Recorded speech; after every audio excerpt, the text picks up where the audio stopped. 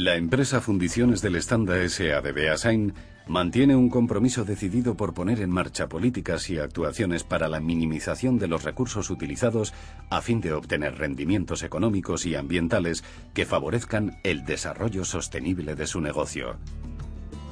En el año 1996, Fundiciones del Estanda realiza una primera evaluación técnico-ambiental que identifica la generación de residuos inertes, arenas de moldeo, finos, polvos, como una de las más significativas problemáticas de la empresa. El proceso de implantación de un sistema de gestión medioambiental basado en la norma 14001 en el año 1999 reafirmó esta conclusión, por lo que la empresa optó por actuar de manera inminente sobre el volumen de estos residuos. Horrenbestez, proiektu berritzailea garatu du Euskal Autonomia Erkidegoan. Proiektuaren etapa berria aldez aurretik kromitazko area banatzea da.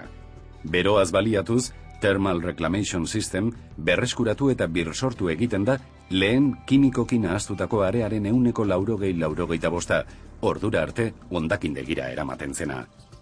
Lehen mekanikoki berreskuratzen zen eta 150-155 berreskuratzen zen. Berreskuratzeko teknologia berriak, gas naturaleko ohantze jariakorra, abantaila berritzaileak eta ingurumen alorrekoak ditu beste teknologia arruntago batzuekin alderatuta.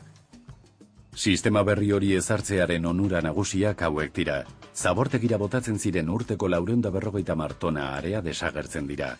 Diru aurrezten da lehen gaietan eta estekatzaile kimikoetan. Gutxiago gastatzen da hondakinak zabortegira garraiatzen eta han edukitzen, eta nabarmen hobetu dira langileen segurtasun eta osasun kondizioak.